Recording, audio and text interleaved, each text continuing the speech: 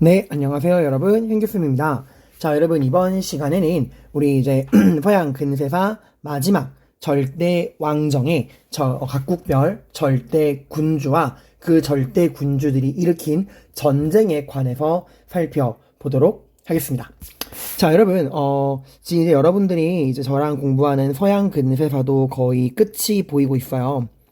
자, 우리 다시 한번 마지막으로 전체적인 틀을 한번 정리를 해본 다음에 절대 왕정을 마무리하고 근세를 마무리하고 근대로 넘어가 보도록 하겠습니다. 자, 여러분 서양 근세사라고 하는 거는 뭐와 뭐의 과도기라 그랬죠? 네, 신 중심의 종교 중심의 중세에서 다시 인간과 이성 중심의 근대로 넘어가는 그 중간 과정, 과도기에 있는 게 근세라고 이야기를 했어요. 중세와 근대의 사이라고 이야기를 했죠. 이 서양 근세사 같은 경우는 총 4가지의 출제 포인트가 있습니다. 첫 번째, 네, 재생 부활의 르네상스. 이 르네상스 같은 경우는 여러분들 출제 포인트가 뭐라 그랬죠? 네, 지중해 무역권을 중심으로 한 예술적 탐미적 성격의 이탈리아 르네상스와 신학로 개척 이후 대서양 무역을 중심으로 사회 종교 비판적 성격을 가진 알프스 이북의 르네상스를 비교하는 게 핵심이었어요. 두 번째는 그러한 사회 종교 비판적인 알프스 이북의 르네상스의 영향을 받아서 대표적으로 에라스미스의 우신예창 같은 게 있죠. 알프스 이북의 르네상스의 영향을 받아서 나온 종교개혁.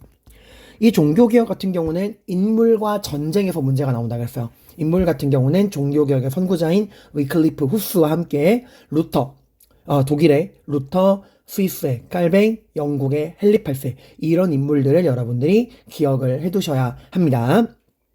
이 중에서 위클리프나 후스나 루터나 칼뱅은 성서 지상주의에 입각한 약간 진짜 정말 근본적인 종교개혁이라면 영국의 헨리 8세 같은 경우는 본인의 이혼 문제와 정치 경제적인 그런 목적으로 이루어진 좀 성격이 다른 종교개혁이었죠.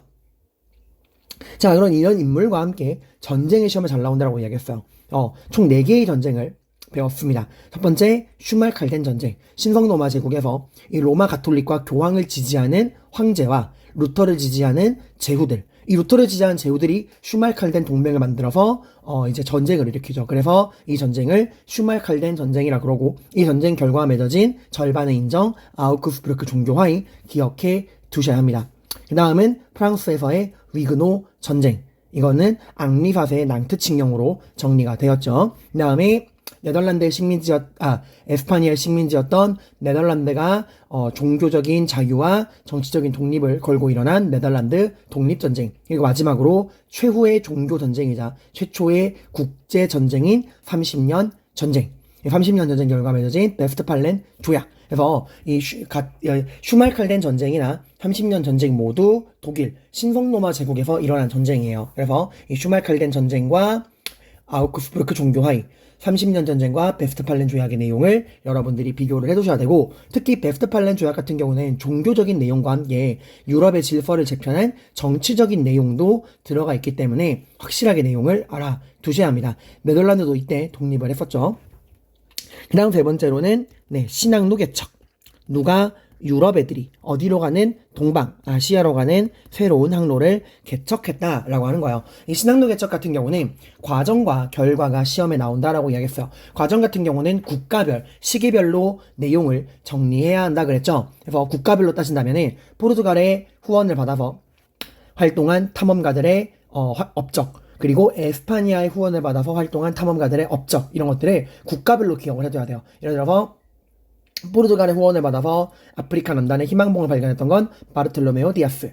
그리고 그 희망봉 발견의 성과를 이어받아서 인도 항로를 개척한 거는 바스코 다가마. 이렇게 희망봉을 발견한 바르톨로메오 디아스, 그리고 캘리컷을 중심으로 인도 항로를 발견한 바스코 다가마. 이런 애들을 자료에 주고서 포르투갈을 물을 수 있다라고 이야기했어. 그 다음에 에스파니아는 대서양을 횡단해서 서인도 제도를 발견한 콜럼버스. 그 세계 최초로 세계 일주를 성공해서 지구 구형설을 입증한 마젤란. 이렇게 서인도 제도를 발견한 콜럼버스, 세계 일주에 성공한 마젤란을 가지고 에스파니아를 물을 수도 있다. 이렇게 국가별로 정리해 두셔야 되고, 시기별로도 정리를 해 두어야 한다 그랬어요.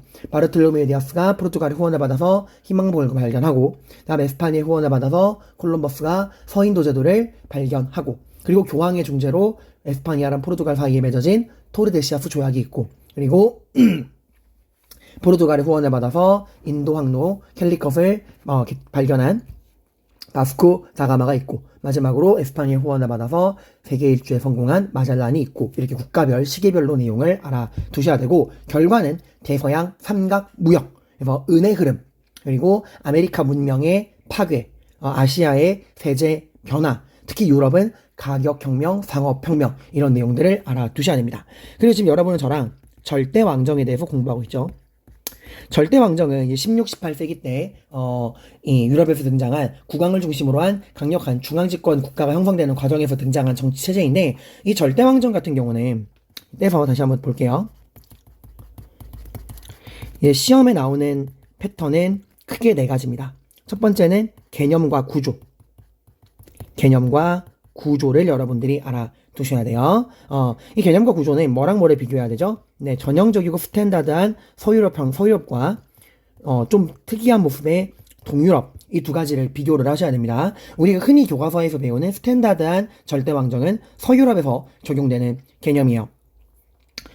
이 개념이 뭐죠? 네, 중세 봉건 국가가 뭐로 발전해가는 과정에서 근대 국민 국가로 발전해 나가는 과정에서, 다시 한번 뭐라고요? 중세 무슨 국가가 봉건 국가가 뭐로 근대 국민 국가로 발전해 나가는 과도기 속에서 성립한 게 절대왕정입니다. 그 말은 절대왕정은 뭐의 균형 위에서, 네, 누구와 누구와의 세력 균형, 몰락해가는 봉건 귀족과 새롭게 떠오르는 시민, 흔히 우리가 부르주아라 부르는 상인 수공업자, 상공업자들의 그런 힘의 균형 사이에 성립된 게 절대왕정입니다. 관료제, 상비군, 왕권신소설, 중상주의, 이런 것들로 이루어져 있죠. 자, 이게 서유럽형이고요. 동유럽은 뭐가 차이가 나요? 네, 시민계층의 유무. 그러니까 동유럽은 서유럽만큼 상공업이 발전하지 못했고 도시가 성장하지 못해서 시민계층이 성장하지 못합니다. 여전히 봉건 귀족들의 힘이 막강하고 장원도 해체되지 않고 여전히 농노들은 토지에 예속돼 있는 존재예요, 여러분들. 그리고 동유럽에서는 절대 군주가 시민계층이 아니라 봉건 귀족과 손잡고 봉건 귀족의 특권, 농노제를 유지해주면서 그 봉건 귀족과 손을 잡고서 계몽사상의 영향을 받아서 나라를 이끌어가는 계몽 전제군주로 활동했다라는 내용들 기억하실 거예요. 그리고 오늘은 마지막으로 이 각국의 절대 왕정을 이끈 절대 군주 인물, 그리고 그 인물을 가지고 이제 나올 수 있는 각국사 문제, 마지막으로 절대 군주들이 일으킨 전쟁, 이렇게 나머지 내용들을 정리해 보도록 하겠습니다. 특히 각국사 문제나 전쟁 같은 경우는 지역시대 통합형으로 충분히 나올 수 있으니까 여러분들이 잘 염두에 두셔야 돼요. 이번 수능이 그랬죠. 에스파니아의 펠리페 2세와 영국의 엘리자베스 1세가 써왔던 칼레 해전을 가지고 영국과 에스파니아의 각국사를 묻는 문제가 등장을 했습니다. 그러니까 이 부분은 개념을 여러분들이 체계적이고 꼼꼼하게 복합적으로 잘 정리를 해두셔야 합니다. 결국 세계사는 누가 개념 정리를 깔끔하게 정리했느냐, 그리고 누가 그걸 기억하느냐 싸움이에요. 그래서 처음에 입문하고 한 사이클 돌리게 나눴지만 한 사이클 돌린 이후에 반복하면은 만점 받기는 감히 말하건대 사탐 중에서 가장 쉬운 과목이라 생각을 합니다. 다른 이제 뭐 생윤이나 사문이나 이런 것처럼 자료 해석이나 통계 문제가 안 나오기 때문에 그래요. 여러분들이 한 사이클 돌리는 것만 성공하시면, 그리고 다회독만 하시면, 그 과정이 힘든 거지 다회독 하시기만 하면은 충분히 만점 받을 수 있는 과목이니까 끝까지 얼마 안 남았으니까 포기하지 않고 내용을 정리하시길 바랍니다. 자, 그럼 지난 시간 때 이제 이 개념과 구조까지 배웠고, 오늘은 이 서유럽과 동유럽 각국의 절대 왕정을 이끈 절대 군주들에 대해 살펴보도록 하겠습니다. 우선 서유럽 각국의 절대 왕정을 이끈 절대 군주들을 3명 살펴볼 건데, 에스파니아의 펠리페 2세, 영국의 엘리자베스 1세, 그리고 프랑스의 루이 14세, 이렇게 3명의 군주를 우선 서유럽에서 살펴보도록 하겠습니다. 자, 우선 서유럽의 에스파니아의 펠리페 2세입니다. 에스파니아의 펠리페 2세 같은 경우는 에스파니아의 전성기이자 몰락을 동시에 가지고 온 사람이에요. 그러니까 중국사로 따지면은 약간 걸륭제 느낌이 날 수도 있는, 그리고 무굴 제국으로 치면은 아우랑제브 황제라도 약간 비슷한 느낌이라고 보시면 됩니다. 자, 펠리페 2세가 왕일 당시 에스파니아는 유럽 최강국이었어요. 왜냐? 에스파니아가 뭘 주도했죠? 네, 이베리아 반도에서 신항로 개척을 주도했었죠. 원래 이제 그 전까지는 지중해를 중심으로 한 동방과의 원거리 무역을 이탈리아의 도시 국가들과 오스만 제국이 주도를 했었는데, 그러다 보니까 이 상대적으로 위치적으로 이 지중해 무역에서 소외돼 있던 이 이베리아 반도의 국가들이 신항로 개척에 먼저 나서게 되죠. 마침 재정복 운동이 끝난 이후에 정치 체제가 안정되어 있기도 했고요. 그래서 이 에스파니아는 신항로 개척으로 대서양 무역을 장악을 합니다. 그러면서 이제 무역의 중심지가 지중해에서 대서양으로 넘어오게 됩니다. 그리고 에스파니아는 이 브라질을 제외한 남아메리카 대륙 대부분을 장악을 했고, 또 아시아에서는 필리핀을 장악하고, 특히 아메리카 대륙에서 포토시 은광 같은 데서 어마어마하게 많은 금과 은 같은 귀금속들을 획득하면서 국가가 굉장히 부유해집니다. 그리고 그 신항로 개척 이후 아메리카 대륙에서 가지고 온 어마어마한 자원으로 뭘 만들죠? 함대를 만듭니다. 그게 바로 오스만 제국을 박살낸 무적 함대예요. 레판토 해전 기억나시죠, 여러분들? 이 이제 레판토 해전에서 오스만 제국을 격파합니다. 그러니까 시대가 변한 거예요. 그 전까지만 해도 오스만 제국의 전성기를 이끌었던 슐레이만 1세, 슐레이만 대제가 있을 때만 해도 이 유럽 애들은 오스만 제국에게 힘을 못 썼어요. 이 슐레이만 대제가 어떤 일을 했죠? 오스트리아의 수도 빈을 포위하고 헝가리를 정복해서 동유럽에 진출했었잖아. 그때 이 슐레이만 대제가 이끄는 오스만 제국의 함대와 로마 교황과 에스파니아를 중심으로 한 유럽 연합 함대가 이 지중해 무역에 주도권을 두고 싸웠지만, 네, 오스만 제국에게 이 유럽 연합 함대는 패배합니다. 이게 바로 그 유명한 프레베자 전투였죠. 근데 이제 필리프 2세가 신항로 개척으로 아메리카 대륙에서 막대한 자원을 획득하고 그 자원으로 해군을 양성을 해서 이제는 오스만 제국을 꺾은 거예요. 그래서 이 에스파니아의 필리프 2세가 중심이 돼서 로마 교황과 다시 한번 유럽 연합 함대를 만들고, 이번에는 오스만 제국을 상대로 에스파니아가 승리를 거둡니다. 이게 바로 레판토 해전이었죠. 자, 오스만 제국을 레판토 해전에서 이 에스파니아가 박살냈다는 이야기는 이제 에스파니아가 뭐까지 장악했다는 걸까요? 대서양에 이어서 네, 이제 지중해 무역까지 장악했다는 거죠. 그러니까 대서양에 이어 지중해까지 온 바다가 에스파니아의 차지가 된 겁니다. 그리고 필리프 2세 때는 포르투갈마저도 병합을 하면서 이베리아 반도도 하나의 영향력으로 묶게 됩니다.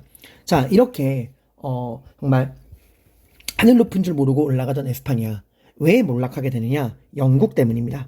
당시 영국엔 좀 이따 우리가 배울 오늘날 영국인들이 가장 존경하는 여왕 중에 한 명인 엘리자베스 1세 여왕이 등장을 합니다. 헨리 8세의 딸이죠. 근데 이 엘리자베스 1세 여왕은 처녀였어요. 그러니까 짐은 국가와 영국과 결혼했다 하면서 이제 결혼을 하지 않던 이제 처녀 여왕이었는데, 필리프 2세가 이제 생각하기로는 엘리자베스 1세가 결혼을 하지 않았다는 거는 본인이 이제 엘리자베스 1세랑 결혼하면은 엘리자베스 1세가 죽고 나면은 영국도 내게 되는 게 아닌가 해서 필리프 2세가 엘리자베스 1세에게 청혼을 합니다. 근데 까여요. 못생겼다고 까입니다. 그래서 일단 개인적인 원한, 필리프 2세의 그 개인적인 원한도 있었고요. 또 결정적으로 종교가 달라요. 엘리자베스 1세가 누구 딸이라 그랬죠? 헨리 8세. 헨리 8세가 뭐 했죠? 종교 개혁. 본인의 이혼을 위해서 뭘 발표했죠? 수장법. 뭐예요? 영국 교회의 수장은 교황이 아니라 영국의 왕이다. 그러니까 영국의 국왕이 영국 교회의 수장이다 라고 선포한 다음에 수도원과 교회의 토지와 재산을 다 영국 왕이 헨리 8세가 가져갔었죠, 여러분들. 이제 영국은 국교회, 영국만의 그 종교가 만들어진 거야. 그러니까 일단 종교가 다르죠. 에스파니아는 가톨릭, 영국은 영국 국교회. 종교도 다르고요. 그리고 가장 또 큰 이유 중에 하나는 에스파니아가 지금 이렇게 잘 나가는 이유가 이 아메리카 신대륙에서 가져오는 무궁무진한 자원이잖아요. 이거를 당시 이제 영국 애들이 탐을 내서 약탈을 많이 한 거야. 특히 영국 해적들이. 근데 영국 해적 뒤에 누가 있었냐? 영국 정부가 있었습니다. 그러니까 엘리자베스 여왕이 영국의 해적들을 고용을 해서 이 이제 신대륙에서 금과 은을 가지고 오는 에스파니아의 이런 무역선들을 약탈해라 라고 지시를 한 거야. 그래서 그 수입을 또 나눠가지고. 그러니까 이제 에스파니아가 그때그때마다 항의를 해도 영국에서는 발뺌을 하는 거죠. 우리가 한 게 아니다. 해적들이 한 거다. 우리는 모른다. 이렇게 한 거죠. 그래서 이런 여러 가지 이유, 개인적인 이유, 종교적인 이유, 이런 영국 해적들의 약탈, 이런 것들이 겹쳐서 이제 필리프 2세가 영국의 최후 통첩을 보냅니다. 엘리자베스 여왕한테요. 당시 이제 영국 해적을 이끌고 있던 사람이 프랜시스 드레이크라는 해적왕인데, 이제 필리프 2세가 그 프랜시스 드레이크의 목을 요구하는 거예요. 언제까지? 내가 정하는 기한까지 드레이크의 목을 에스파냐로 보내라. 그렇지 않으면 전쟁이다. 라고 했어요. 그래서 엘리자베스 1세가 그 소식을 듣고서 그 드레이크를 영국 왕국으로 부릅니다.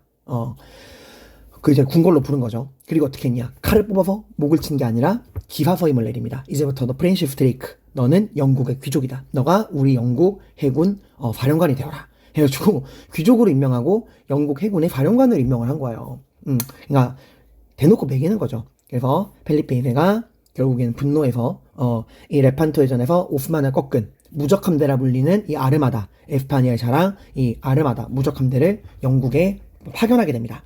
그러면서 이제 전쟁이 벌어지게 되는데 이게 바로 엘리자베스 1세 여왕의 영국과 펠리페 2세의 에스파니아 해군이 싸운 게 칼레 해전입니다. 칼레가 이제 프랑스에 있는 항구예요. 영국이랑 가장 가까운 항구인데 에스파니아는 이제 영국이 섬나라니까 상륙만 하면 육군이 없는 영국은 끝장이다. 이래가지고 프랑스 칼레 항구를 통해서 영국에 폭탄 드랍을 하자 했던 건데 이게 이제 영국의 해군에 의해서 화공으로 괴멸당하게 됩니다. 무적함대가 패배하는 게 칼레 해전이에요. 이번 수능에 나왔죠, 이게. 자, 그래서 이 칼레 해전에서 에스파니아가 패배하게 되면서 이 힘이 약해지게 되고요. 또 에스파니아는 그전부터 제가 종교개혁 때도 이야기하겠지만 너무 지나친 종교 정책을 많이 썼어요. 가톨릭의 수호자라고 하는 그것 때문에 너무 지나친 가톨릭 강요 정책을 남발하게 됩니다. 특히 네덜란드. 에스파니아의 식민지이자 당시 유럽에서 굉장히 무역과 상업이 발전했던 그래서 칼뱅파를 믿는 고위팬들이 많았던 네덜란드에게 너무 지나치게 가톨릭을 강요하다 보니까 이 네덜란드마저도 결국에는 독립전쟁을 일으키게 되고 30년 전쟁 결과 맺어진 웨스트팔렌 조약으로 가장 중요한 식민지 중에 하나였던 네덜란드가 에스파니아로부터 독립을 하게 됩니다.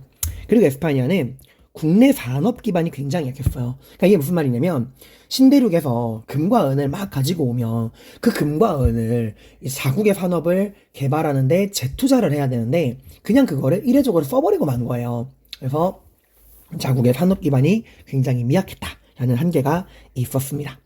자, 그 다음은 영국입니다.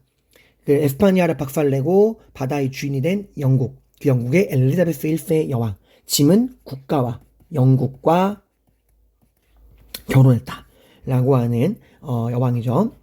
헨리 8세의 딸입니다.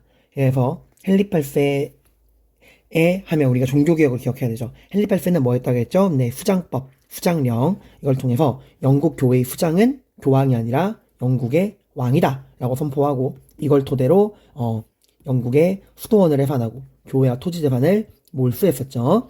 이런 아버지의 수장법을 계승 발전시켜서 딸인 엘리자베스 1세는 통일법, 통일령이라는 거를 발표하게 돼요. 통일법, 통일령은 뭐냐면 이제 영국 그 교회에 종교 교리를 확립을 한 거예요. 종교 교리, 의식을 확립한 겁니다. 그러면서 이제 우리가 알고 있는 영국 국교회, 흔히 성공회라고 부르는 게 나오게 되는데 여러분도 알겠지만 이 영국의 종교개혁 자체가 종교적인 본질에 의거한 이런 개혁이 아니다 보니 뭐랑 굉장히 비슷하냐? 가톨릭이랑 굉장히 비슷해요. 그러니까 루터, 칼뱅과는 다르게 영국의 국교회는 가톨릭이랑 큰 차이가 없어요. 껍데기만 국교회지 속 알맹이는 거의 가톨릭과 비슷하다라는 거 알아두시고요. 그리고 펠리페 2세가 이끄는 에스파니아의 무적함대를 격파하게 됩니다. 무슨 해전? 칼레 해전. 그리고 이 칼레 해전에서 승리한 이후에 엘리자베스 여왕은 되게 똑똑한 게 본질을 알았어요. 우리 섬나라인 우리 영국이 세계로 뻗어나가기 위해서는 강력한 나라가 되기 위해서는 바다를 지배하고 식민지를 세계 곳곳에 개척해야 한다라는 생각을 했어요. 그래서 만든 게 동인도 회사입니다. 인도사 공부할 때 배웠죠, 여러분들. 동인도 회사.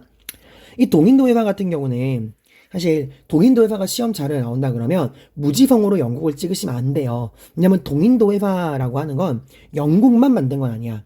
영국 이외에도 네덜란드나 프랑스 같은 다른 나라들도 만드는데 영국의 동인도 회사가 중요한 거는 최초라는 거예요. 영국의 엘리자베스 여왕이 1600년에 17세기 때 유럽 최초로 성립을 합니다. 영국이 이제 동인도회사 만드는 걸 보고 다른 나라들도 따라 만드는 거예요. 자, 이름 동인도회사. 말 그대로 동인도, 동쪽 인도, 그러니까 동방으로 가서 인도를 포함해서 이 아시아의 무역을 주도해라 라고 하는 그런 뜻으로 만든 거야. 그래서 동인도회사는 회사지만 정부로부터 엄청난 권한과 특권을 위임받습니다. 자, 동인도회사는요, 이름 그대로 동방과의 무역을 독점할 수 있는 권리를 받았고요. 그리고 자체적인 군대도 보유를 했습니다. 더 나아가서 여러분들, 조약을 체결할 수 있는 권리까지 위임받아요. 그러니까 이름만 해봐지 거의 뭐 국가 정부기관인 거죠. 엘리자베스 1세가 유럽 최초로 만든 동인도회사는 무역을 독점하고 군대를 보유하고 조약을 체결할 수 있는 권리를 받았고, 이 동인도회사를 통해서 영국은 해외 시장을 활발하게 개척하면서 세계 곳곳에 식민지를 획득하게 됩니다. 자, 이 동인도회사가 이제 가장 본격적으로 활약했던 게 인도사 공부할 때 배웠던 무슨 전투예요? 네, 플라시 전투예요. 여러분들, 플라시 전투. 자, 우리 플라시 전투 같은 경우는 여러분들 7년 전쟁 중에 일어난 겁니다. 한번 정리 다시 한번 해볼게요. 7년 전쟁. 나중에 또 배울 겁니다. 말 그대로 7년 동안 일어난 전투였는데, 이 전투는 오스트리아에서 마리 앙뚜아네트의 엄마인 마리아 테레지아가 오스트리아 왕위 계승 전쟁 때 프로이센의 프리드리히에 뺏겼던 슐레지엔 지방을 되찾기 위해서 일으킨 전쟁이에요. 복수전이죠. 그래서 이제 오스트리아가 혼자 힘으로 프로이센을 못 꺾으니까 누구를 끌어들이냐? 프랑스를 끌어들입니다. 늘 앙숙이었던 이 신성노마 제국 합스부르크 왕가랑 프랑스가 손을 잡은 거죠. 그걸 위해서 마리아 테레지아는 자신의 딸 마리 앙뚜아네트를 프랑스로 시집 보내고 러시아마저 끌어들입니다. 그래서 프로이센은 누굴 끌어들여요? 균형의 수호자, 대륙의 강자가 생겨나길 원하지 않는 영국을 끌어들여 싸운 게 7년 전쟁인데, 이 7년 전쟁 당시에 프랑스랑 영국은 유럽을 제외하고 해외에서도 엄청 많이 싸웁니다. 식민지를 차지하기 위해서요. 해외 식민지 쟁탈전.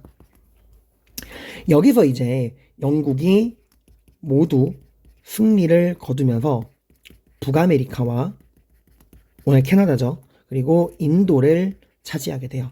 이 중에서 인도를 차지했던 전투가 바로 무슨 전투? 플라시 전투야. 그러니까 플라시 전투는 7년 전쟁이라는 거대한 전쟁 속에서 벌어진 하나의 전투인 거예요.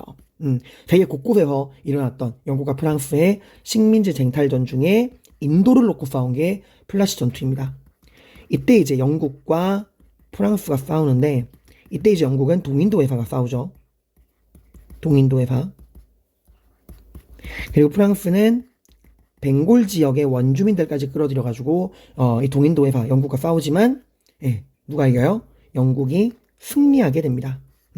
영국은 무굴 제국으로부터 벵골 지역에 대한 지배권을 획득하고, 이때부터 이제 영국 정부는 인도를 동인도회사를 통해서 간접 지배를 하게 되죠. 동인도회사를 통해서. 이러한 동인도회사를 통한 인도에 대한 간접 지배가 언제까지 갑니까? 네, 딱 100년 갑니다. 그냥 플라시 전투 이후 100년 뒤에 세포의 항쟁이 터지죠. 딱 100년 뒤에요.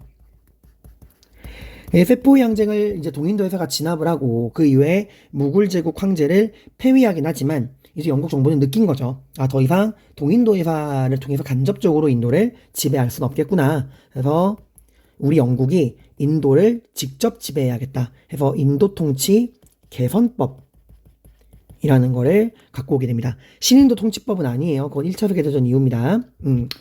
이제 동인도회사의 인도 지배권을 박탈하고 영국이 인도를 직접 지배하겠다라는 거고, 이거 이후에 이제 영국 왕이 인도 황제를 겸임하는 영국령 인도 제국이 수립이 됩니다.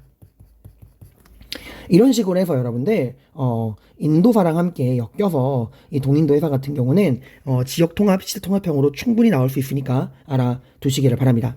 그리고 엘리자베스 1세 여왕 당시에 영국은 한창 모직물이 발전하면서 16세기 1차 인클로저 운동이 일어날 때였어요. 1차 인클로저 운동이 뭐라 그랬죠? 네, 모직물, 양털을 가공하는 모직물이 발전을 하고 이 모직물에 대한 수요가 늘면서 영국의 지주, 젠트리들이 돈을 벌기 위해서 론을 다 뭐로 바꿔버려요? 목초지로 바꿔버립니다. 그리고 이제 흩어져 있는 토지를 한 곳에 집중시키고 소유권을 분명히 하기 위해 인클로저, 울타리를 치고 거기 있는 소작농들을 다 쫓아낸 거죠. 그래서 빈민들이 발생하는 문제가 발생해서 토머스 모어가 유토피아라는 책을 통해서 이런 1차 인클로저 운동을 비판했죠. 양들이 사람을 잡아먹는다. 그래서 이 중세의 개방경작과 혼재지라고 하는 이러한 중세 농법을 극복한 거죠.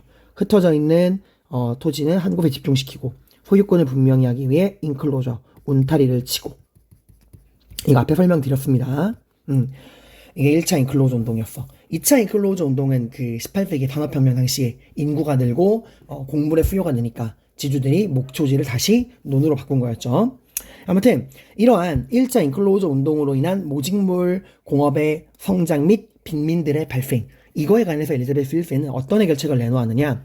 일단 변화하는 사회 현상을 인정해야 한다. 모직물 공업을 더 적극적으로 육성한다. 이게 에스파냐랑 차이죠. 국내 상공업을 더 강하게 키운 겁니다. 그리고 이런 인클로저 운동으로 인해 발생한 빈민들도 외면하지 않았어요. 그 빈민들을 구제하기 위한 빈민구제법, 다른 말로는 구민법이라는 것도 만들어서 떠도는 빈민들을 직업 교육도 시켜주고 먹고 살기를 마련해주게 됩니다. 자, 그리고요, 이제 프랑스 가면, 프랑스는 이제 루이 14세, 태양왕, 짐이 곧 국가다라고 말했던 태양왕에 대해 살펴볼 건데, 이 루이 14세의 곁에는 훌륭한 재무장관이 있었습니다. 그 재무장관의 이름은 콜베르예요. 콜베르. 이 사람이 여러분, 우리가 배웠던 절대왕정을 떠받드는 경제사상, 중상주의 경제정책을 이 사람이 정립을 한 겁니다. 그래서 우리가 중상주의 경제정책을 콜베르주의라고도 이야기를 해요. 이 사람 이름을 따서 콜베르주의. 중요시한다. 무엇을? 상공업을. 국가가 상업활동에 적극적으로 개입하는 큰 정부, 통제 경제였죠. 이런 중상주의를 떠받드는 개념 두 가지. 첫 번째, 중금주의. 금과 은이 중요하다. 왜? 금과 은이 부의 원천이니까. 근데 금과 은이 부의 원천인데 그 부의 총액은 제로섬, 고정되어 있다. 그러려면 다른 나라에 들어갈 금과 은을 우리가 차지해야겠죠. 그래서 나오는 게 무역 차익주의. 수입은 줄이고 수출은 늘리고. 그래서 완성품 수입은 금지, 원료 수출 금지, 그리고 외국에서 들어오는 상품에는 보호무역, 보호관세 등을 설정을 하고, 더 나아가 원료 공급, 상품 판매를 위한 식민지를 획득하기 위해서 전쟁까지 이어지는, 이게 중상주의였죠. 이걸 콜베르가 확립을 한 거야. 자, 그리고 루이 14세는 궁궐을 짓습니다. 오늘날 프랑스 하면 떠오르는 랜드마크죠. 베르사유 궁전. 이 베르사유 궁전 같은 경우는 17세기 때 바로크 양식으로 지어진 거예요. 이 바로크 양식이 굉장히 웅장하고 위험 넘치는 궁궐이거든요. 이런 건축 양식을 알아두셔야 돼요. 11세기 피사 대성당으로 대표되는 로마네스크 양식, 12세기 샤르트르 대성당, 노트르담 성당으로 대표되는 고딕 양식처럼 17세기 때는 웅장하고 위험 넘치는 바로크 양식, 베르사유 궁전이 있습니다. 단 루이 14세는 이 콜베르가 벌어들인 돈을 다 까먹어요. 전쟁을 너무 많이 해. 근데 의외로 실수가 많이 없었거든요, 또. 거기다 결정적으로 이 루이 14세의 큰 실수. 낭트 칙령을 폐지합니다. 자신의 증조 할아버지인 앙리 4세가 프랑스에 살고 있는 위그노 신교들에게 신앙의 자유를 부분적으로 허용했던 낭트 칙령. 그거를 폐지해요. 하나의 국가에는 하나의 군주와 하나의 종교만 있을 뿐이다. 라고 해서 낭트 칙령을 폐지해. 이게 바로 퐁텐블로 칙령이라는 거예요. 이걸 통해서 프랑스에 있던 수많은 위그노들이 프랑스를 떠나서 해외로 망명하는데, 문제는 이 위그노 신교들이 대부분 다 상공업자들이라는 거야. 기술자들. 얘들이 망명을 하면서 프랑스의 산업이 위축되게 된다라는 말씀을 드립니다. 여기 낭트칭령에 대한 이야기 허민님이 다시 한번 적어놨어요. 그리고 베르사유 궁전 같은 경우도 여러분들 시험에 많이 나옵니다. 일단 나폴레옹이 황제직위식을 한 건 베르사유 궁전이 아니라 그랬죠. 그 노트르담 성당이고, 베르사유 궁전 같은 경우는 누가 황제직위식을 했다? 예, 특이하게도 독일 제국의 황제 비렐름 1세가 황제직위식을 했다라고 이야기했죠. 당시 이제 프로이센의 철혈 정책을 이끌던 제상 비스마르크와 비렐름 1세는 나폴레옹의 조카 나폴레옹 3세가 이끄는 프랑스를 박살내고 독일 제국을 수립하고, 이제 황제가 비렐름 1세가 황제가 되는데, 그 독일 제국 선포식과 황제 즉위식을 베르사유 궁전에서 한 거야. 그러니까 프랑스에게 굴욕을 준 거죠. 그래서 1차 세계대전 때 독일이 프랑스에 패배한 다음에는 프랑스 애들이 독일 대표를 베르사유 궁전에 불러서 베르사유 조약을 맺게 하는 거예요. 이런 것들도 알아두시고, 이렇게 하면 이제 서유럽은 끝이 나고요. 여기 동인도 회사에 대한 설명, 네덜란드 독립전쟁 이런 거 다 적어놨으니까 보시고, 네덜란드 같은 경우도 내용을 좀 보겠습니다. 일단 네덜란드 같은 경우는 원래 누구의 식민지였다? 예, 펠리페 2세의 에스파니아의 식민지였다가 30년 전쟁 결과 맺어진 베스트팔렌 조약으로 독립이 정식 승인되었다. 그리고 영국에 이어서 동인도 회사를 설립을 하게 되고요. 해외로 활발하게 진출을 합니다. 그래가지고 여러분들 이 네덜란드 하면 여러분들이 기억해야 되는 거, 네, 포르투갈을 격파했다. 포르투갈을 격파하고 아시아 무역을 선점했다 라고 이야기를 했죠. 그래서 일본이 전국시대 때까지만 해도 일본의 조총을 팔러 온 건 포르투갈 상인들이었는데, 그 이후에 만들어진 일본의 에도막부에는 네덜란드 상인들이 와가지고 활동을 하고, 에도막부는 그 네덜란드 상인들이 활동할 수 있는 인공섬, 나가사키의 인공섬 데지마를 만들어서 서양의 문물을 받아들이는 만하게 발전하잖아요. 그게 이제 네덜란드가 포르투갈을 꺾고 아시아 무역의 주도권을 가져와서 그렇습니다. 굉장히 중개무역으로 번성하고 해운국으로 성장합니다. 자, 이러니까 네덜란드가 바다의 주도권을 놓고 필연적으로 누구랑 부딪힐 수밖에 없을까? 네, 포르투갈을 꺾은 네덜란드는 필연적으로 에스파니아를 꺾은 영국과 부딪힐 수밖에 없는 거예요. 그래서 포르투갈을 꺾은 네덜란드, 에스파니아를 꺾은 영국이 결국 바다의 주도권을 놓고 싸우게 되는데, 여기서 승자는 영국입니다. 네덜란드가 왜 쇠퇴했냐? 영국에 올리버 크로멜이라는 사람이 나와요. 이 사람은 왕은 아닙니다. 이 사람은 왕은 아니고 호국경이라는 사람이야. 호국경에 위치해 있던 사람이에요. 호, 지키로, 국, 국가국. 영국에 나중에 배울 건데 청교도 혁명이라는 게 발생을 해요. 이 청교도 혁명에서 이제 왕이었던 찰스 1세를 목을 베고 영국은 왕이 없는 공화정이 됩니다. 잠깐이었지만 그 공화정을 이끌던 게 호국경 올리버 크롬웰이에요. 그리고 이제 올리버 크롬웰 죽은 다음에 다시 왕정으로 돌아갑니다.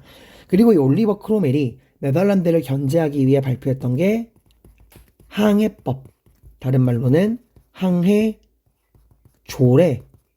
이야기를 해요.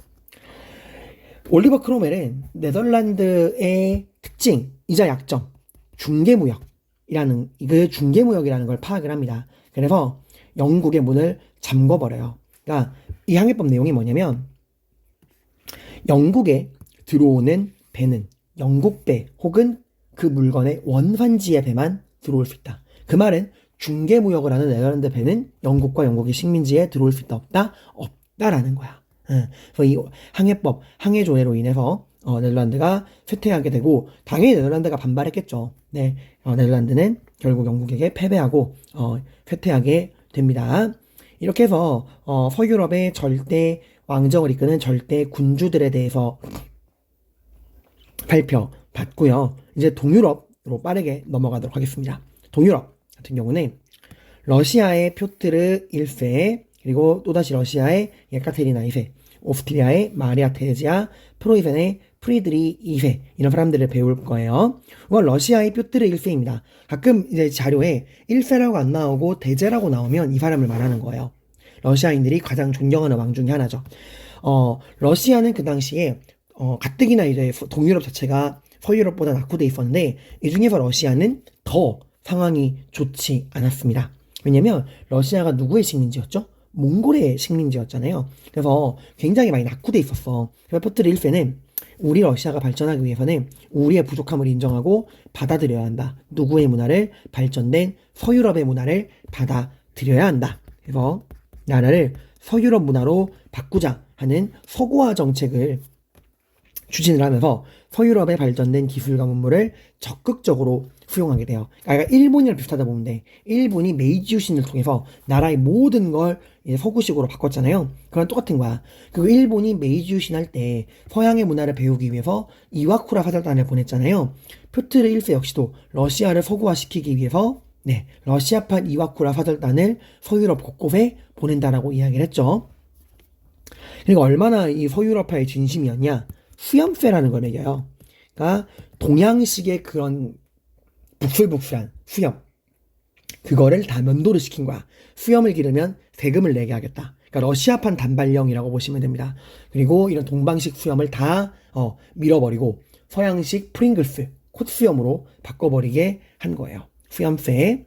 그리고 바다로 뻗어나가기 위해서 북방전쟁이라는 거를 일으키게 됩니다. 이 북방전쟁은 누구랑 싸운 거냐면 스웨덴이랑 싸운 거예요. 왜 싸운 거냐? 발트해를 차지하기 위해서 스웨덴 옆에 있는 바다, 그 북유럽에 있는 발트해의 주도권을 놓고서 스웨덴이랑 싸운 게 북방전쟁입니다.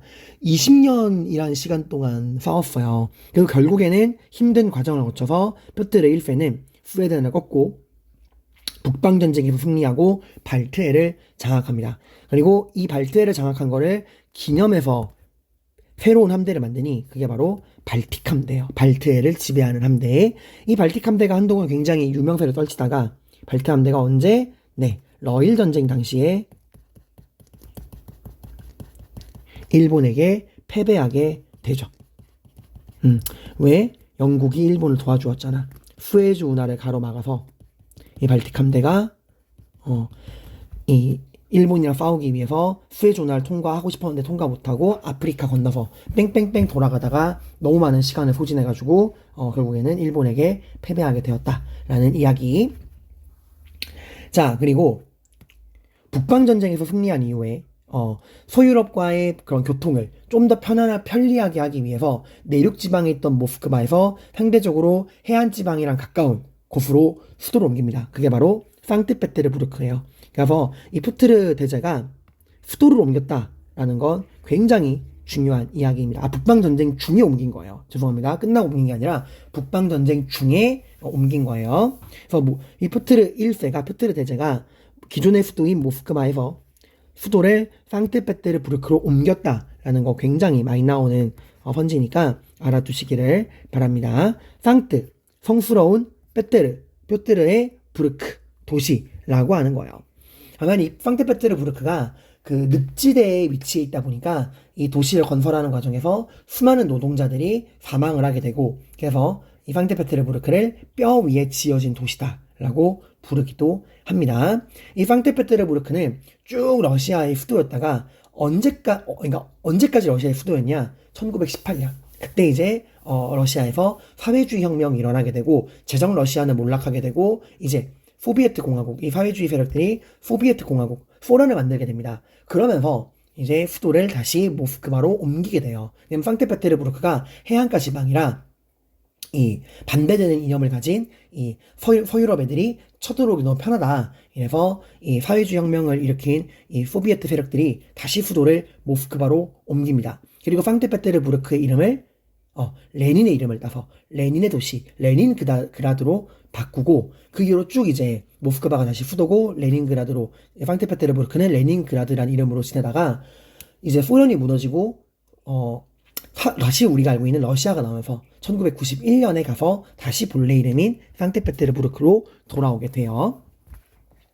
자, 그리고 이 표트르 1세 같은 경우는 중국과랑 연결해서 나올 수 있죠. 당시 중국의 청나라의 위대한 황제 강희제, 이 강희제랑 이제 국경을 설정하기 위한 평등 조약을 맺습니다. 이게 바로 뭐였죠? 네르친스크 조약이었죠. 러시아의 표트르 1세가 청나라의 강희제랑 네르친스크 조약을 체결했다라는 거 중요하게 알아주셔야 됩니다. 그리고 흑해와 알래스카로도 진출을 해서 흑해 같은 경우는 크림반도를 이제 장악하려고 시도를 하는 거예요. 그 이후로도 계속해서 이제 크림반도 쪽으로 내려오려고 노력을 하다가 이게 나중에 뭐로 이어지게 되죠? 네, 오스만 제국과 싸우는 크림 전쟁으로 이어지게 됩니다. 여기서 이제 영국, 프랑스, 사르데냐의 지원을 받은 오스만에게 러시아가 패배하고 그 충격으로 알렉산드르 2세가 농노를 해방하는 개혁을 하게 되죠.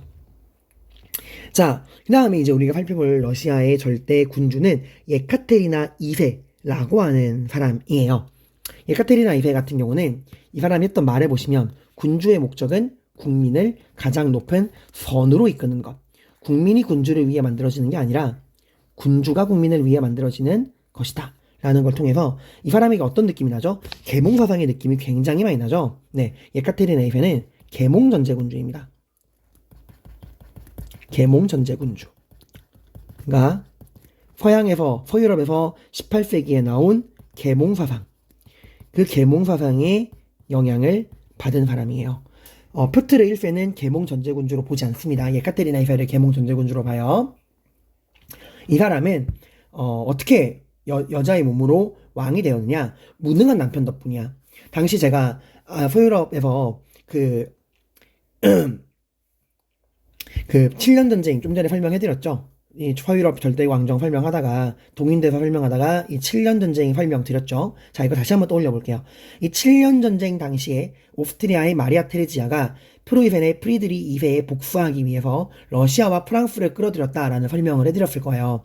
그래가지고 프로이센은 영국을 끌어들이고, 근데 영국은 섬나라다 보니까 사실 해외 이 식민지 쟁탈전에도 관심이 많았어요. 그래서 영국은 이 유럽 본토에서 벌어지는 전쟁, 프로이센의 전쟁에 큰 도움이 되지 않았어. 그냥 프로이센이 딱 완전 망하지 않을 정도의 최소한의 그런 금전적인 지원만 해주고, 영국은 프랑스랑 해외에서 땅 따먹기 경쟁만 하고 있었어요. 그러다 보니까 실질적으로 유럽 내부에서 오스트리아, 프랑스, 러시아를 상대로 싸우는 거는 프로이센 혼자인 거야. 그러니까 실질적으로 유럽 내부에서 프로이센 혼자서 오스트리아, 러시아, 프랑스 3국 연합군을 맞이해야 됐던 거예요. 그래서 프로이센이 굉장히 많이 이제 밀려나가거든요. 프로이센이 정말 멸망 직전까지 몰립니다. 도중에 영국도 손절을 해버리고 막 돈 안 주고 막 이러고, 그래서 프리드리 2세가 자살할까? 라고까지 고민을 했었는데 러시아의 왕이 바뀌어. 프로이센이 멸망 직전에 러시아의 새로운 왕이 등장하는데 그게 바로 표트르 3세예요. 근데 이 표트르 3세는 이 프리드리 2세의 유명한 빠돌이었어요. 얼마나 빠돌이었냐면, 나는 러시아의 황제가 되기보다 프리드리 2세 밑에서 군인으로 장교로 복무하고 싶다 라고 할 정도로 이 프리드리 2세를 광적으로 추종하는 사람이었어. 그래서 왕이 되자마자 나의 우상과 싸울 수 없다, 이래서 7년 전쟁에서 그냥 이탈해버립니다.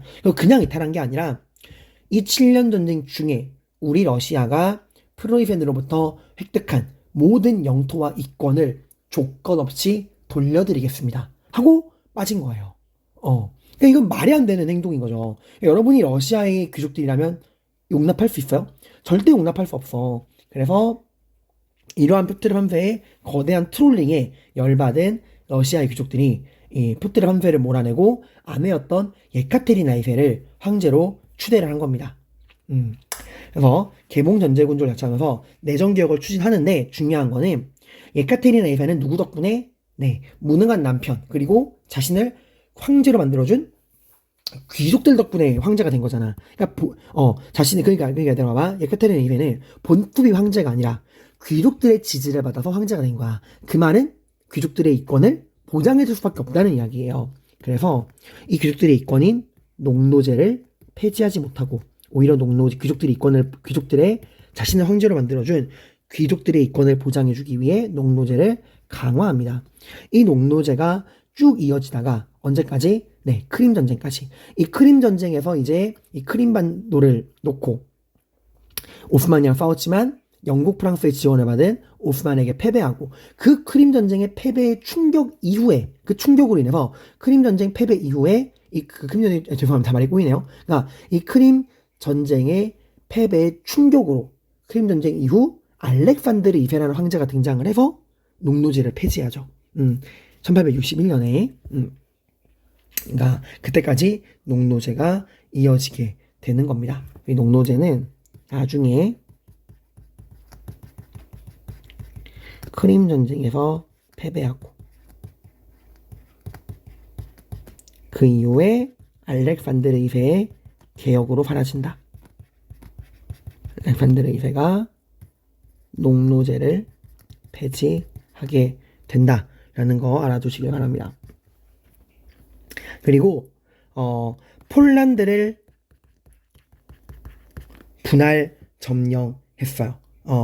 그리고 이 사람이 그 전에 계몽전제군주로 자처할 때 볼테르랑 교류를 하거든요. 볼테르라고 하는 프랑스의 유명한 계몽사상가 있어. 이 프랑스의 유명한 계몽사상가인 볼테르와 교류를 하게 됩니다. 그리고 폴란드를 분할 점령해요. 폴란드가 유럽에 있는 조선이라고 보시면 돼요. 약간 동네 북 같은 나라입니다. 그래서 이 폴란드를 누구와 함께 분할 점령했느냐가 중요합니다. 프로이센의 프리드리 2세, 그리고 오스트리아의 마리아 테레지아, 그리고 러시아의 예카테리나 2세, 이 세 명이 힘을 합쳐서 폴란드를 분할 점령하게 됩니다. 자, 그리고 이제 오스트리아의 마리아 테레지아인데, 마리아 테레지아 같은 경우는 이미 제가 여러 번 설명을 해드려서 중복되는 내용이 많아요. 자, 오스트리아 신성로마 제국의 정통성을 계승한 나라죠. 이제 30년 전쟁 이후 베스트팔렌 조약으로 제후들의 신성로마 제국의 제후들의 정치적인 독립권이 보장이 되면서 신성로마 제국은 사실상 유명무실화 되고 수많은 제후국이 독립을 하게 되고, 그때 이제 두각을 드러내는 게 오스트리아랑 프로이센이라 그랬죠. 물론 이 이외에도 많은 나라들이 있지만 이제 두 나라가 핵심으로 떠오르게 되는데, 신성로마 제국의 정통은 오스트리아가 계승을 하게 된다. 합스부르크 왕가라고 이야기했죠. 그러니까 전통의 신성로마 제국의 정통성을 계승한 합스부르크 왕가의 오스트리아와 새롭게 떠오른 프로이센, 30년 전쟁 이후에 프랑스의 지원을 받아서 새로 수립된 나라였죠. 근데 이 신성로마 제국 합스부르크 왕가의 법률상 원래 여자는 황제가 될 수 없어요. 근데 마리아 테레지 아빠가 아들을 못 낳은 거야. 그래서 본인이 살아있을 때 법을 바꾸고 주변 나라들에게 이러이러한 상황이라 내가 죽은 다음에 내 딸 마리아 테레지아가 다음 왕이 될 거야 하고 다 양해를 구하고 설명을 했는데, 정작 아버지가 죽고 딸인 마리아 테레지아가 왕이 되자마자 프로이센의 프리드리 2세가 난 인정할 수 없다 하고서 이 마리아 테레지아의 오스트리아 왕위 계승에 태클을 건 거야. 그래가지고 나오는 게 오스트리아 왕위 계승 전쟁입니다. 자, 여기서 어떤 결과가 나왔죠? 사실상 프로이센의 판정승입니다. 프로이센은 뭘 얻어가느냐? 슐레지엔이라는 굉장히 중요한 땅을 얻어요. 철광석이 굉장히 많이 나오는 이 슐레지엔이라고 하는 굉장히 중요한 지역을 얻고, 오스트리아는 본전이야. 뭐 하나? 마리아 테레지아가 오스트리아의 왕이다 라는 그 왕위를 계승한다는 것만 인정받고 끝난 거야. 그러니까 오히려 오스트리아는 얻은 건 없고 슐레지엔이라는 중요한 땅만 프로이센에게 뺏긴 겁니다. 슐레지엔을 상실했다. 그래서 이 빼앗긴 오스트리아 왕위 계승 전쟁으로 프로이센의 프리드리 2세에게 빼앗긴 이 슐레지엔을 되찾기 위해 오스트리아가 일으켰던 게 7년 전쟁이라고 이야기를 했죠. 그래서 이 7년 전쟁에서는 승리 직전까지 갔지만 러시아 프리드리 2세의 빠돌이 러시아 표트르 3세의 거대한 트롤링으로 인해서 7년 전쟁에서 패배하게 되고 슐레지엔을 완전히 상실하게 됩니다. 자, 그리고 폴란드 분할 점령. 이건 누구랑? 프로이센의 프리드리 2세랑 러시아의 예카테리나 2세랑 오스트리아의 마리아 테레지아가 함께했다. 선생님, 프로이센이랑은 싸웠는데 폴란드 분할 점령은 또 함께 하나요? 적일 땐 적이더라도 어제의 적이 오늘의 친구가 될 수 있는 게 국제 관계죠. 그리고 이 마리아 테레지아의 아들 마리아 앙뚜아네트 오빠가 요제프 2세인데, 이 사람은 계몽 전제군주를 자처를 했어요. 자처. 그리고 내정 개혁을 통해서 농노제를 폐지합니다. 그러니까 러시아랑 다른 거죠. 오스트리아는 요제프 2세가 농노제를 폐지했는데, 오히려 러시아는 예카테리나 2세가 자신을 황제로 만들어준 귀족들의 이권을 위해서 농노제를 강화했다라는 거고요. 프로이센 하면 여러분 이 프리드리 2세, 프리드리 대제라고 나오면 프리드리 2세입니다. 이 사람은 별명이 감자대왕이야. 감자가 어디서 건너온 거죠? 네, 아메리카 신대륙에서 건너온 신작물이었죠. 감자, 고구마, 옥수수, 담배, 고추 등등이 들어왔는데 이 중에서 특히 감자는 구황작물로서 굶어 죽는 사람을 살릴 수 있는 굉장히 소중한 작물이었어요. 여러분 알겠지만 감자는 처음에는 그 사람들이 먹는 걸 몰랐어. 알겠지만 감자 꽃은 독소를 제거하지 않으면 먹으면 사람이 죽어요, 여러분들. 그러니까 처음에 사람들이 감자에 대해서 잘 모를 때는 되게 막 사탄의 그런 식물이다, 작물이다라고 이야기를 했고 그런 상식이 밝혀진 이후에도 사람들이 감자를 안 먹으려 그랬어. 근데 프리드리 2세는 이 감자의 가능성을 누구보다 정확히 꿰뚫었던 사람이에요. 그래서 본인이 직접 왕궁 뒤편에 농장을 만들고 그 농장에서 감자를 본인이 재배해서 감자를 먹었어. 그리고 왕궁에서 무도회를 열 때마다 항상 메뉴는 감자야. 감자튀김, 감자찜, 감자튀김, 감자볶음, 감자국 뭐 이런 거야. 그래서 왕이 먹으라고 하니 귀족들도 어쩔 수 없이 먹는 거야. 이렇게 왕과 귀족들이 감자를 먹는 걸 보고 백성들도 높으신 분들이 먹네? 하고 감자를 먹게 돼. 그러니까 유럽에서 가장 먼저 감자가 일상 국민들에게 빨리 퍼진 게 프로이센입니다. 이걸 통해서 프로이센이 굉장히 많은 인구가 늘어나게 돼요. 이 사람은 계몽 전제군주를 자처하면서 볼테르와 교류합니다. 볼테르랑 교류했던 계몽 전제군주가 누구라 그랬죠? 네, 볼테르와 교류한 게 예카테리나 2세랑 프리드리 2세예요, 여러분들. 자, 얘들아 이거 좀 여담인데 계몽 전제군주는 3명이야. 오스트리아의 요제프 2세, 그리고 러시아의 예카테리나 2세, 그리고 프로이센의 프리드리 2세. 근데 이 중에서 볼테르랑 교류한 거는 예카테리나랑 프리드리예요. 프랑스의 계몽사상가 볼테르랑 교류한 건 러시아 예카테리나 2세, 프로이센의 프리드리 2세입니다. 이 사람은 계몽 전제군주 자처하면서 볼테르와 교류하면서 반 마키아벨리즘, 반 마키아벨리론, 그러니까 나는 마키아벨리의 사상에 반대한다 라는 반 마키아벨리론을 저술해요. 마키아벨리 같은 경우는 이탈리아 르네상스 당시 등장했던 사람인데 이탈리아 르네상스에서 마키아벨리는 군주론이라는 책을 써서 뭐라 그랬죠? 네, 정치적으로 분열돼 있는 이탈리아의 상황을 비판하고 영국이랑 프랑스랑 에스파냐, 포르투갈처럼 우리 이탈리아도 빨리 이런 정치적 분열을 끝내고 강력한 중앙집권 국가가 되어야 한다. 근데 우리 이탈리아는 여전히 중앙집권 국가가 되지 못하고 도시국가로 분열돼 있다. 이걸 해결하기 위해서는 강력한 군주가 필요하고 그 강력한 군주는 정치와 도덕 윤리를 분리하는 교활하고 잔혹하고 사람을 속일 줄도 알고 그런 뱀 같은 교활함, 여우 같은 지혜, 사자 같은 용맹함을 가지고 있어야 한다 해서 정치랑 도덕 윤리를 분리해야 한다라고 이야기했잖아요. 그거를 비판을 한 거야. 이 프리드리 2세가. 그러면서 뭐라 그랬냐? 마키아벨리를 비판하는 반 마키아벨리론에서 군주는 국가 제일의 심부름꾼일 뿐이다. 근데 어째서 군주가 그렇게 속이고 사기치고 그렇게 하느냐? 그것은 올바른 군주가 아니다. 라고 비판을 한 거예요. 이탈리아 르네상스 마키아벨리랑도 연결돼서 나올 수 있으니까 여러분들이 내용을 같이 정리해 두시고 오스트리아 왕위계승 전쟁에서 오스트리아의 마리아 테레지아를 꺾고 슐레 지엔을 획득했고 또 7년 전쟁에 승리해서 슐레 지엔 지배를 확고하게 했고 폴란드를 분할 점령했죠. 누구랑? 러시아 예카테리나 2세랑 오스트리아 마리아 테레지아랑. 그리고 궁궐을 하나 만듭니다. 쌍수시 궁전이라는. 이건 18세기 로코코 양식이에요. 로코코 양식은 섬세하고 굉장히 좀 아기자기한 모습을 보여. 그래서 이걸 여러분이 뭐랑 비교하셔야 되냐? 17세기 바로크 양식, 베르사유 궁전이랑 비교해야 돼. 여기 제가 적어놨죠?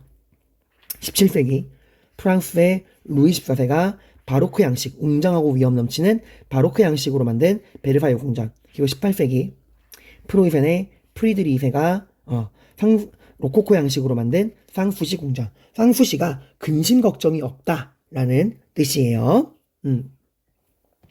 이렇게 내용들을 보시고 뒤에 보시면 여러분 선생님이 그동안 이런 배웠던 내용들 중에 여러분이 헷갈릴 만한 30년 전쟁 전후의 그런 국제관계, 신성로마 제국의 변화 이런 내용들, 그리고 오스트리아 왕위 계승 전쟁, 7년 전쟁, 그리고 카를 5세 이 사람, 보름스 의회에서 교황을 레오 10세랑 루터를 판문하고 법적 권리를 박탈하고 슈말칼덴 전쟁에서 루터파 제후들에게 패배하고 아우스부르크 종교 화의를 맺고 네덜란드의 가톨릭 강화 정책을 실시하고 아들인 필리페 2세에게 에스파냐랑 식민지를, 동생에게는 신성로마 제국 본국을 물려준 카를 5세 30년 전쟁의 내용, 이런 내용들 다시 한번 정리했으니까 여러분들이 읽어보시기를 바랍니다. 이렇게 해서 서양 근세사가 끝났고 문제풀이, 기출선지 정리와 역대 기출 문제들 다 수록해놨으니까 여러분들 꼭 풀어보시기를 바랍니다. 고생 많으셨습니다.